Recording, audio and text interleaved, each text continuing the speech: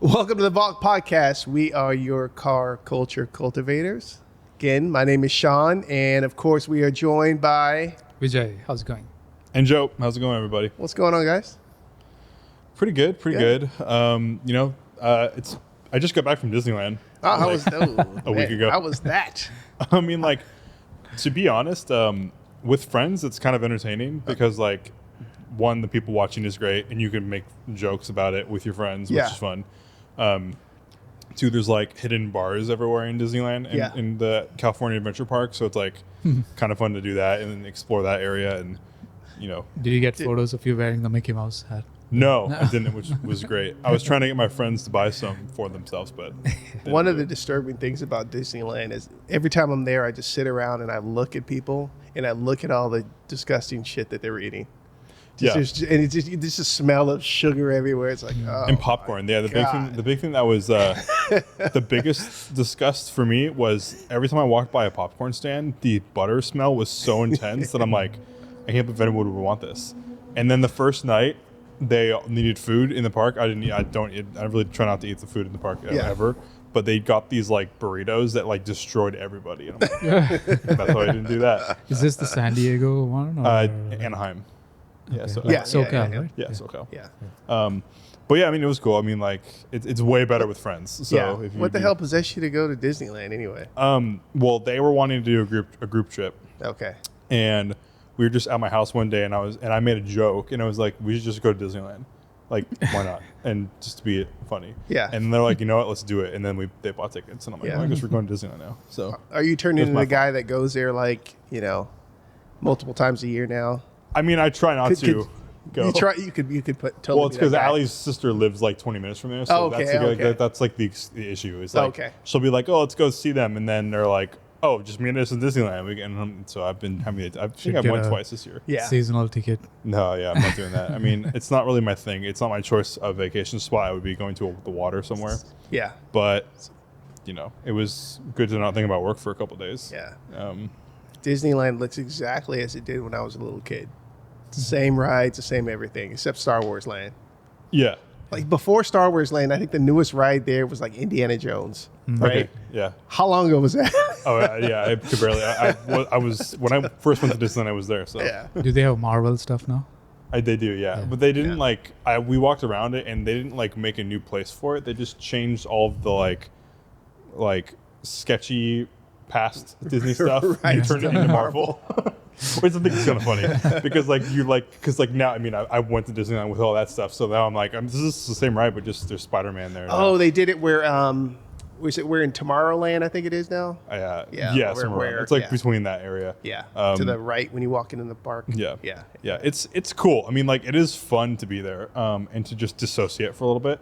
And the people watching, like I was saying, I guess a lot of like depressed people, but like they're happy there, kind of thing. Yeah. So I will give you guys a thing. I'll give you a tip. The last time we went to Universal Studios over the summer, is we went ahead and paid for the VIP pass. Dude, it's the best thing in the world. The best thing in the world. Like you don't sit in the same train buggy. Yeah. You get in a different tram. Yeah. They escort you to the front of the lines. You're just literally walking over people. It's awesome. Yeah. Can you guess? So Disneyland has a VIP pass as well. I'm totally going for it next time. Can you guess how much it is? $900. I would say $2,000. $500 to $800 an hour, minimum 7 hours. An hour? An hour, minimum 7 hours. Yeah. Up to 10 people. Yeah. Insane. It's like what? It's like $5,000 or something like that. $10,000 for 10 people. You split it. It doesn't matter. It's the cost is the cost. Okay. If it's 10 up to 10 people, it's $800 an hour. Yeah. If you're gonna do it, you do the whole day. So it's 10 hours, $8,000 before tip. So Allie's like, we should do that next time. I'm like, we're not doing that. Yeah. We're not, and that's what it is. All you do is skip the line. Might be good. Get the Michael Jackson experience at Disneyland. Yeah. God. So that was. I mean, it was cool. It was cool to dissociate from work, and I didn't have to think about it. Work-wise, it's been kind of like normal. Nothing really, interesting or anything. But I've been getting a lot of people, like recurring, like normal clients wanting to get their cars done like immediately, like today kind of thing, and which is kind of annoying because it's hard to plan for that type of stuff. and I don't want to say no to them because they're such long-time clients. Yeah. So I've been navigating that this week. What's driving that? I have no idea. Okay. I don't know. Last night I got like 3 calls like from 8 to 9 o'clock, and they're all like, "Can I get my car in today or tomorrow?" And I'm like, "Dude, it's 9 p.m. Why are you calling me right now?" And like, it's cool. I mean, like no complaints, but like I want to make sure that they're happy, so I'm like saying yes to them for the most part.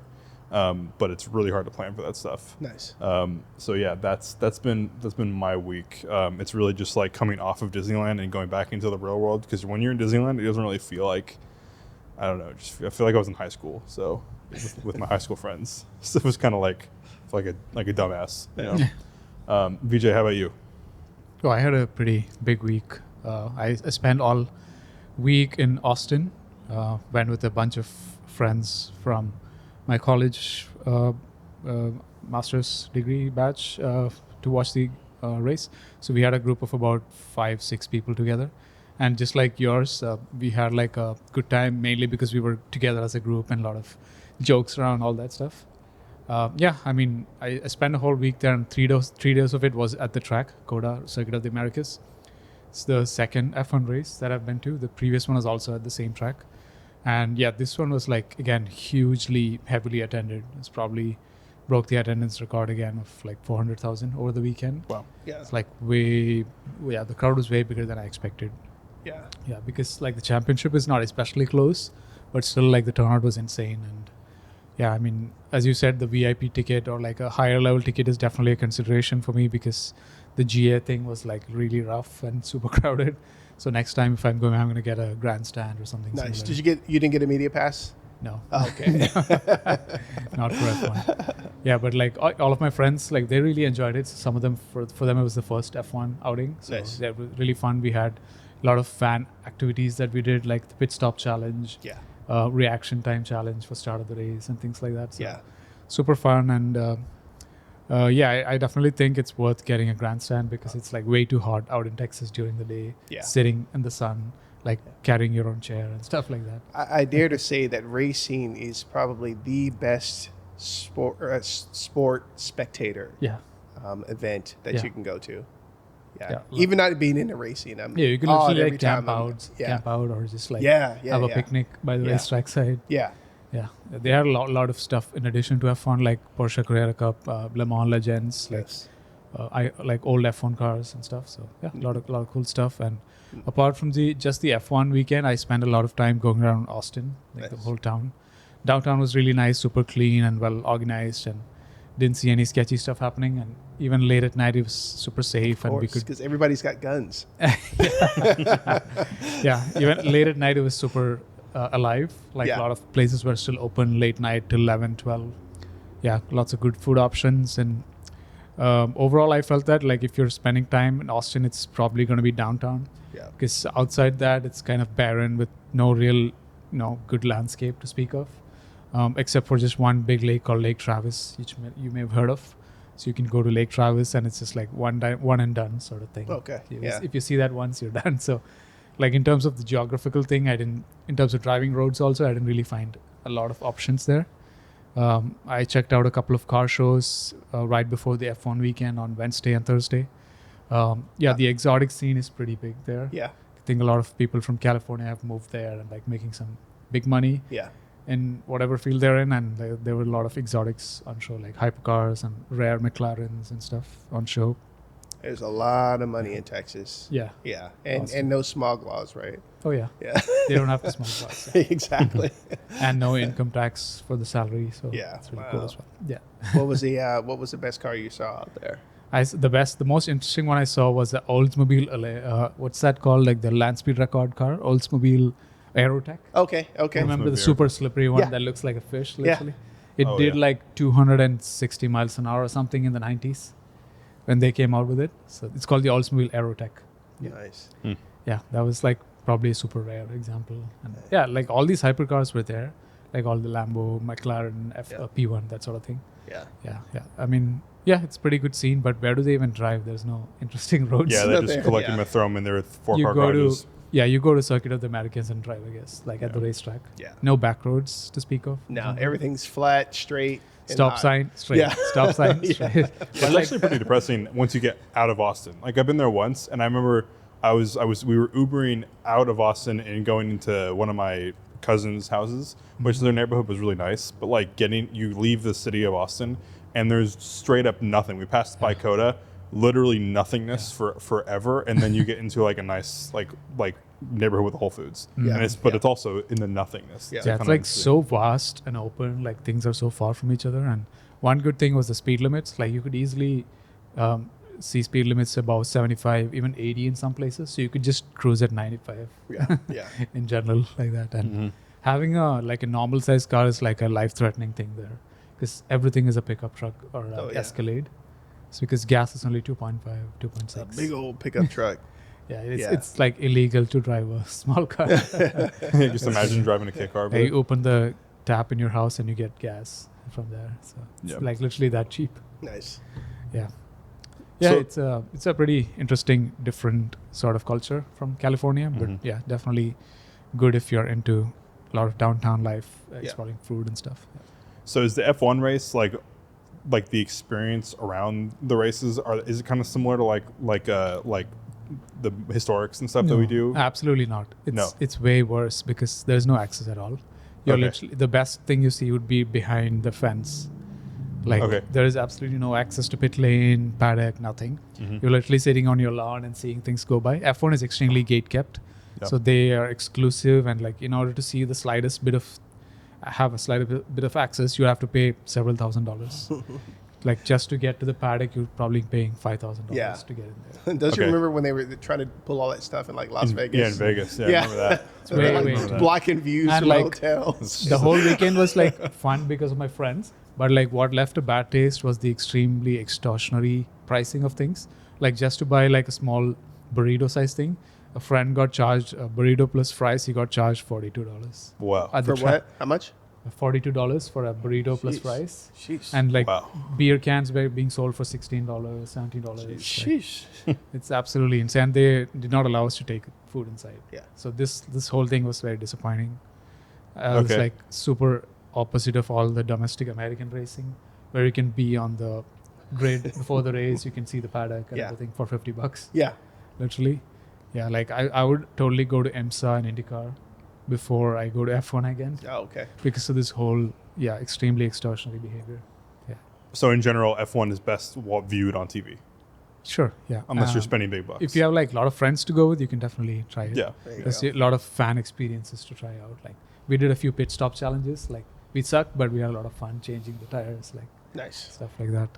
Yeah. I mean, it's definitely nothing is as fast as F1 when you look at the speeds. So it's a spectacle to see it in person and stuff like that. Yeah. I was watching this thing, just this YouTube clip about, it was just showing this guy that was filming like an F1 race, and just the camera was like, like it was so fast.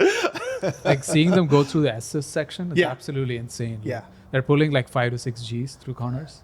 It's Wow. absolutely crazy. That's How wild. fast are they going on like straightaways? Straights, they're probably like 180, 190 maximum. Yeah, I mean, if you see the TV, like I've never been to an F1 race, but when you see them on straights, like in like at these racetracks, they're going like 200 miles an hour. Yeah, close to 200. And like, you know, I've been on tracks before, and it's like hard to break 130 sometimes Yeah. for the most part. Yeah. So it's crazy that they're going almost double the speed. Yeah. Yeah. You got to It's be the- wired differently to be an F1 racer. Yeah, your like hand-eye coordination and response time must be like The adept. neck has to be like the size of your hips. Yeah. Well, yeah. Because all like- the G's and stuff. Like, yeah, without that, your head will just fall off like after a That's race. crazy. You'll And- die after a race. And literally no fear. Yeah. No. Fear. Yeah, you can't. Yeah. Like when you crash, the speeds are insane. Like it just like flies off for like 300 meters Yeah. and stuff. Like, yeah. That's wild. The cornering speeds are insane. Yeah. Well, that sounded fun. At least you got to do it. Yeah, it's like both positive and a lot of negative things as Yeah. well. Shaun, you have some really big news. Dude, I have nothing going on. No, the Z is up and running. So it is finally up and running. Actually, I'm going to try to drive it. It might be as is with no front clip on it, but I'm going to bring it to the show this weekend. Oh, that'd be so fun. Yeah. It looks That's like gonna be so good. it looks like I a can't wait. SEMA build right Yeah, right. I can't wait for that. I hope you do that. Yeah, That'd be so sick. We'll put you right in the front. We'll put you inside the tent. I just have to make sure that I'm, back here I can't leave like before 7 o'clock because now it's starting to get dark early because I have 0 headlights right now. Yeah. So, yeah. You'll be good. And tags that say 2022 on them. So yeah. Yeah. I'm looking to be arrested right now. You're just going to a show. Yeah, exactly. But now the Z's running. Vijay got the chance to drive it before we started today. Sounds and so good. I literally was just out like right before I went out on my first drive in it as well too. Super exciting, dude. It's pretty badass. Nice. Yeah, The weather is perfect for the car to go out. these Yeah. days. Yeah, this is a good time for it to be finished. Yeah. Like you get like about a month until things start to get rainy. Yeah. It's at 300 horsepower net right now, which doesn't sound like a lot. Which is way but more it's than so stock. good for that car. Yeah. Yeah. Way more than stock, right? It's like Yeah. 150 stock. Or Yeah. something It's like that. pretty much basically double. Yeah. Yeah. Super blippy now, like Yeah. responsive. Very Yeah. nice. Yeah. With the individual throttle bodies, right? Yeah, that's definitely. Yeah, the exhaust sounds fantastic. Fujitsu, man, they do a fantastic job for exhaust systems. Yeah. So, Yeah, it's a bit of a workout to drive as well with the steering and shifter dude, feel. yeah, yeah. I haven't driven. That's my only car that I have with no power steering in it. And Oh, cool. I plan to keep it like that because I'm Yeah. like, it was made like that. Yeah, so. and it feels better. You're driving. It's like not you're in commute traffic. With Oh, it. dude, it's so much work. It is so yeah. much work. I can imagine. Even the shifter is like super notchy and heavy. Yeah. Yeah. Yeah. Yeah, I did a 3-point turnabout today, and I swear it took me like freaking Like moving a ship. Just like 10 cranking. minutes. I'm like, But So, yeah, so what- that's all done. The Mercedes is actually the 450 SLC 73 should be coming back before the end of the year. So we're just buttoning Really up a few close. things on that. Yeah.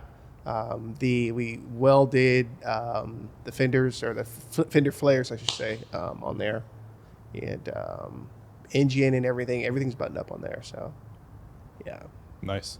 so things are moving along. That's So in awesome. the car world, so. So do you have anything else going on with the Z, or like are you just buttoning up some couple things, and same with the SLC, or Yeah, that's it. That's it. That's it. I'm done for what they're going to be. The Z is I've purposely kept like the classic kind of look in it with just a great motor. yeah, I'm actually may change. Well, I definitely will change the rear end on it, to bring up the ratio a little bit. yeah, But otherwise, I mean, for me, this is it on it. So Yeah. I'm Nice. very, very, very happy. Very happy. It's nice and my tight. forever car. Yeah, it's super tight and everything. Yeah. Yeah.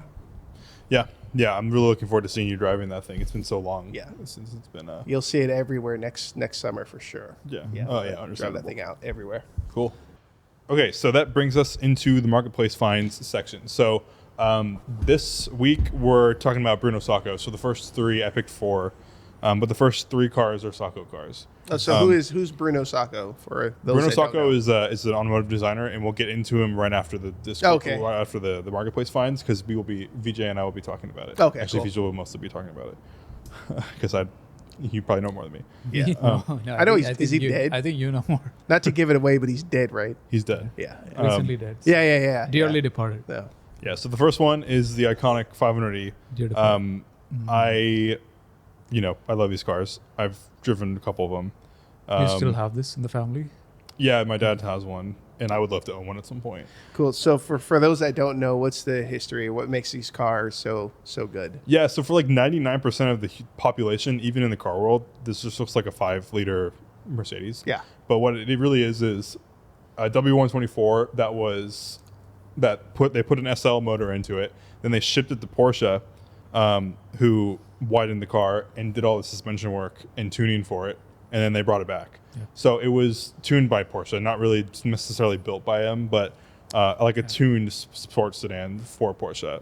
It had to be sent to Porsche because the widened chassis would not fit inside the Mercedes assembly line. Yeah. Okay. So they had to send it to Porsche, do the engine fitment and everything, and then bring it back Yeah. to Mercedes. And the amount of times this car was sent back and forth, it makes me feel like all these cars were losses. Yeah. And they just wanted to make something that would compete with like probably I guess the E34 of the time. Okay. So yeah, I mean these cars for a long time were extremely underappreciated. Like when I was in high school, I was considering buying one for 10 grand. And it was in great shape. Now it's like 80, 90. Yeah, well not 80, 90, but like this had like 120,000 miles. So but now it'd be worth like 50. black on black, the blue, like the really nice black like this on black interior. It was a great car, and I offered him, I think 9, and he didn't take it. I was like, I'll find another one, and I never did. Yeah. Which is how it goes. I think we all have those stories, right? Yeah. But if you look at these in person, like you can tell there's something going on with them. But for the most part, they're extremely understated, even more so than the E34 M5, in my opinion. These are just like cars, and I honestly think that this is probably the best sports sedan ever created, besides maybe the E39 M5. Haggerty did that video with Jason. Yeah. The title of the video is "The Best Sedan Ever Made." Wow. It has 5 million views on it. Yeah. That's the reason for the value of this car Yeah. going up. Yeah, And if let's- you've ever driven one, you really understand it. Let's Like, just talk about this car the whole episode then. Yeah, so that's the first one. Hit 5 million views. Let's So the go. second one, also 124. This is a pre-merger AMG. I think it's a replica. If it's not, it's whatever. But this is the 280E with a bigger 6-cylinder Japanese engine. market. Yeah, it's a Japanese market car. This thing has been for sale for an insanely long time. Like I said, listed a year ago. They just cut the price. It was like $28,000. They just cut it to 19. I like those wheels. Yeah, they're really cool wheels. Yeah. These are after. These didn't come like this. What they're- is the they're model name? aftermarket. E280. It's an E280. Okay. But I'm pretty sure this has. Oh no! Okay, well that's why it's not selling. This is just an E280 with an AMG appearance package. Oh. So it might be like a factory like ordered, appearance package, but it just has the 2.8 liter dual overhead cam motor, which is less power than my wagon, and my wagon has 217 horsepower. So this car probably drives pretty poorly. This does have like the sport interior, which is nice, but it's probably worth like 12. And so it's it's not going. And this Look at is the Japanese. it is a real AMG car, I guess. So that there's some value add to that, but the motor is just not it's ain't just there. not it's not there. It's a cool car though, and I would love to see it come to one of these events, because like it does deserve to be like an enthusiast collection, just not for 19,000. So that's the second one. The third one is also not a Sacco car, but I thought it was crazy. These never were imported to the States. This is a C32 wagon. That's a W203, or I guess like S203. This is a C-Class that was supposed to compete with the E46 M3, but bombed because it was an automatic. But it has a supercharged V6, which is like 350 horsepower, and this interior is amazing. That rear end is nasty work. Oh, yeah. Oh, man. Yeah. It's not the most attractive car in the my world. God. But these are like unicorns in the States because they never were. The AMG model was never imported here. Yeah. Okay. And so to see an C32 AMG, this is probably like one of the best like daily driving, like enough power, really spacious. The interior is extraordinarily red black with Merlot inserts. The pictures don't do it justice. It's like reddish purple like wine. Super nice. Like I had one of these cars and I loved it.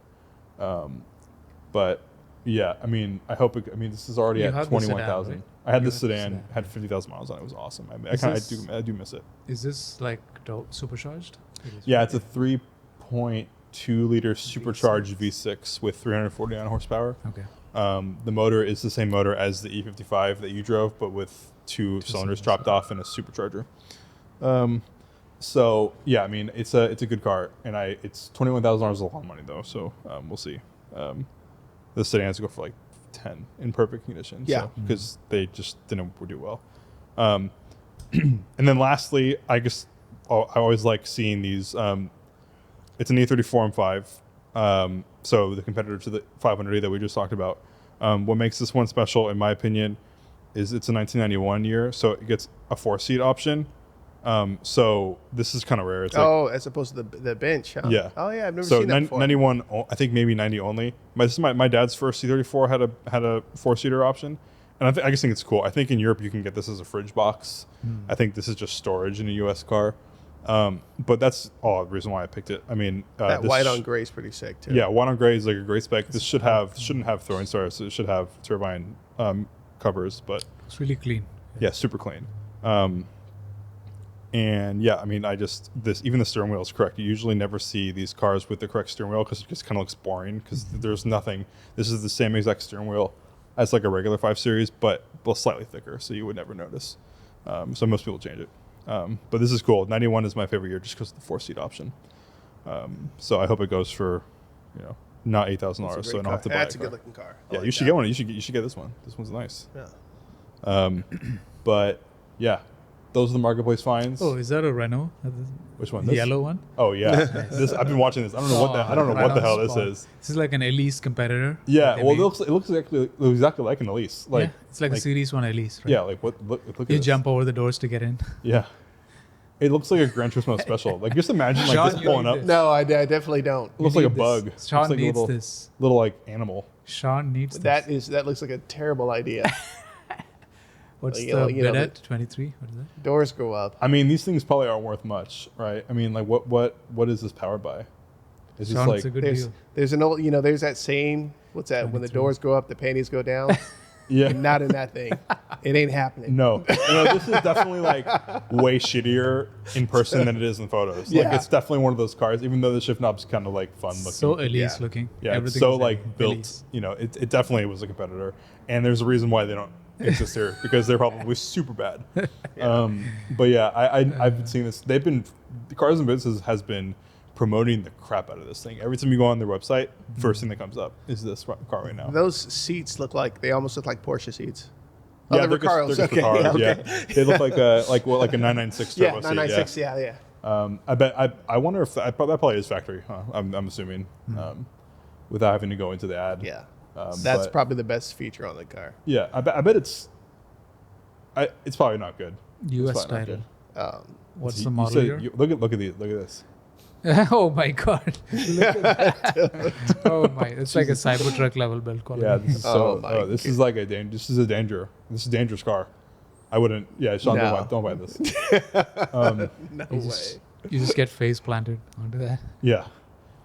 So that brings us into the member Discord finds. Once again, if you're a member of our Patreon, the Discord is in the link. It's free to sign up if you're a member. It's super easy. We have we have the Valt marketplace finds in there. We have drives. We have drive sim nights.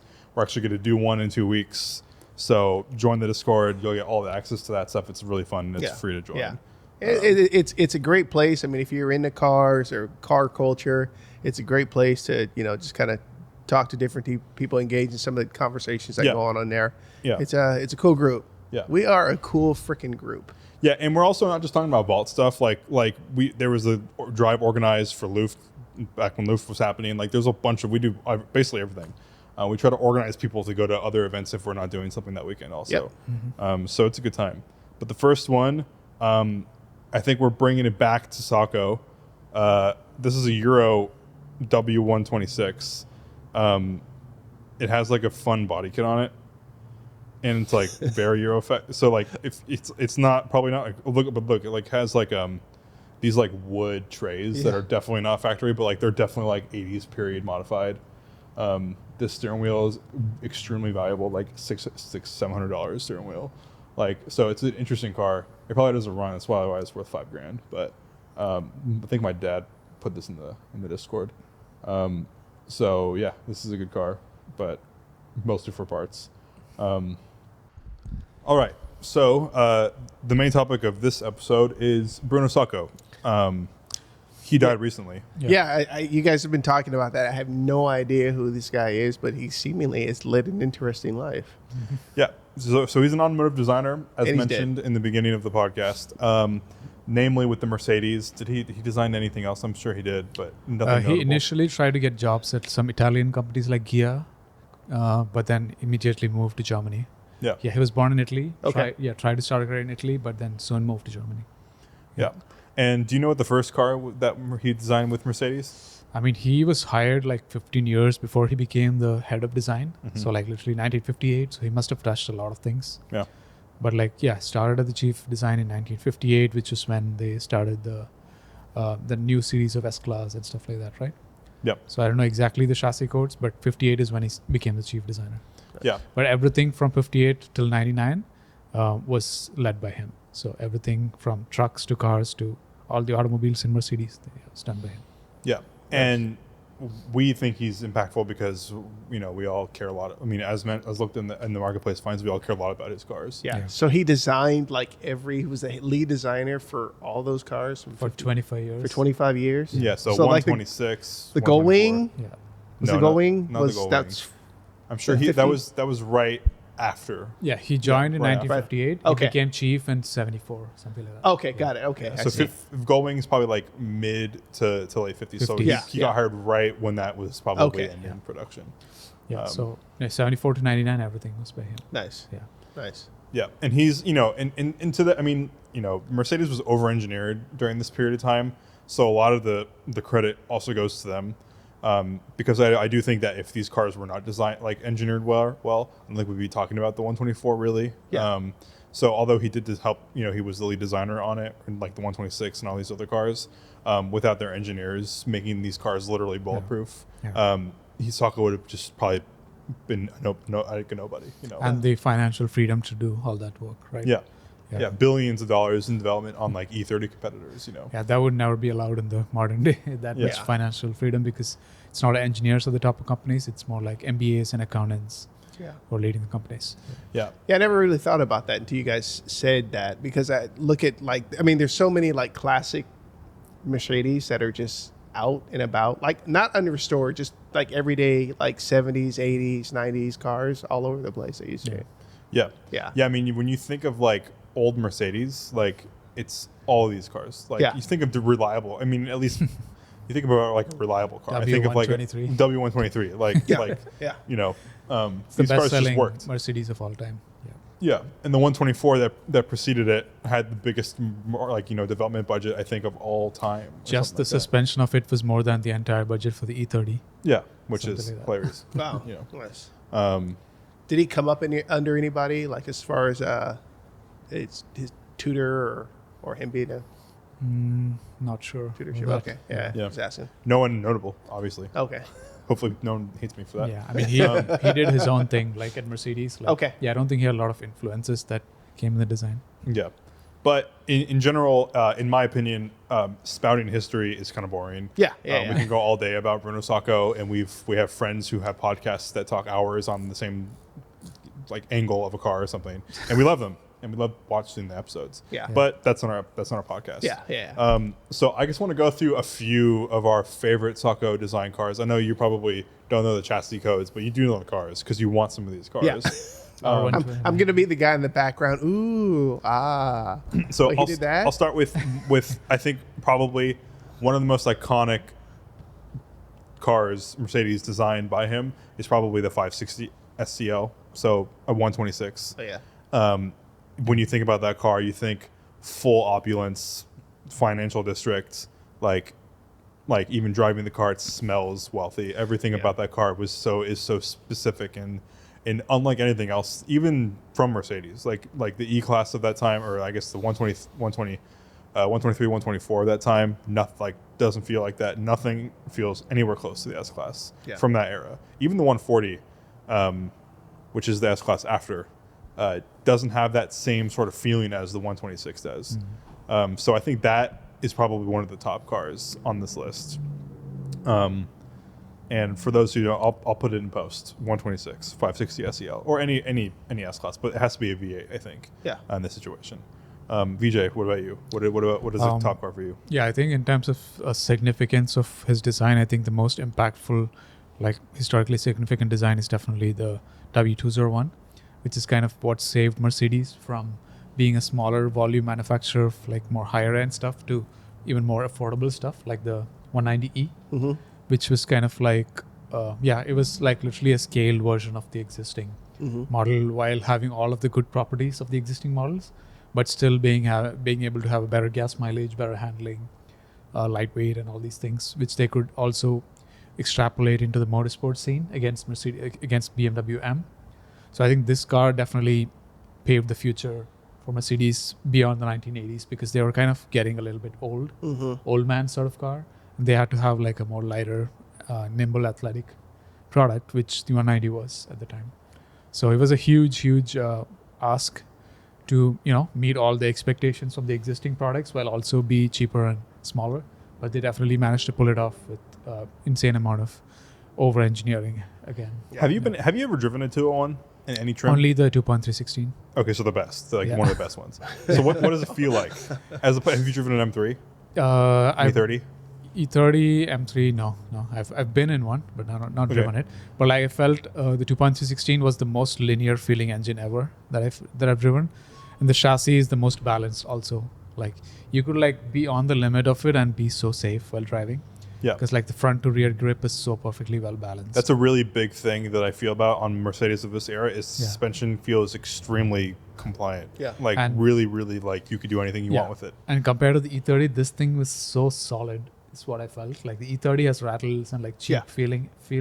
Yeah. But the Mercedes 190e 2.316 is like literally rock solid, like sculpted from one piece of metal, that sort of feeling. Yeah, all of them do. It's crazy. It's crazy. Like, that's why like I get in the wagon, my 124 wagon, and I don't need anything else. I just feel like it's like the perfect car. Period. You know. Yeah. 190 definitely is like so tight, so playful yet so predictable and like safe to and push. The predictability is like the key there because in E30s, like people don't really talk about this often, but their rear suspension design is like archaic and like kind of like shared from with the two. It's not shared exactly with the E21, but it's like a slightly better version of it, and it just doesn't like it's like kind of like a 911 where like if you're at an autocross and you're at the limit and you let off the throttle, that's you're like spinning. And like on one of these cars, like you kind of like kind of always be on the limit. Allow it, you know. In E30s, you can throttle steer a little bit, but like it's nothing like a 201, you know. It just feels like such a high quality product. Yeah. Even though it's a smaller car. Yeah, another car that was designed by Sacco that I think was especially iconic is the 124, but namely the convertible 124. I think that A124, yeah. I think that car probably started the trend of like bigger. I mean, I guess there was like those bigger convertibles that Mercedes was producing, but the A124 really like. Yeah, I recently drove one of those, which is. And they're extremely solid. They're actually better, in my opinion, than the SLs. Yeah. They feel better. This felt really well built as well. Yeah. So, yeah, this is a good photo of it. Yeah, I mean, people. If you've never been able to drive something like this, that's a good looking car. You really should drive it because these cars are extremely like. Paywall. That's crazy. $2. Yeah. Like they're like. I wonder if we know this car. Is this Gideon's? No, it's not. Maybe. So yeah, one of our frequent Valt meet attenders had sold this one on BAT. Yeah, and I did the photo shoot and a little bit of priming as well. It sold really well. It sold for like 25. Yeah, which is a huge value. I mean, like if you buy this car for 25 grand, if you buy any of these Mercedes for 25 grand in good condition, like the experience of owning them is like top notch, like really top notch. Yeah. Except for the roof mechanism, which has an issue. Yeah. That generation. The hydraulics they fail, but when you fix them, they're fine. It has like multiple pumps and just budget 12 cylinders of hydraulic fluid everywhere. There's pumps. You basically budget $2,000 when you buy the car, and even if it's been done, just redo it.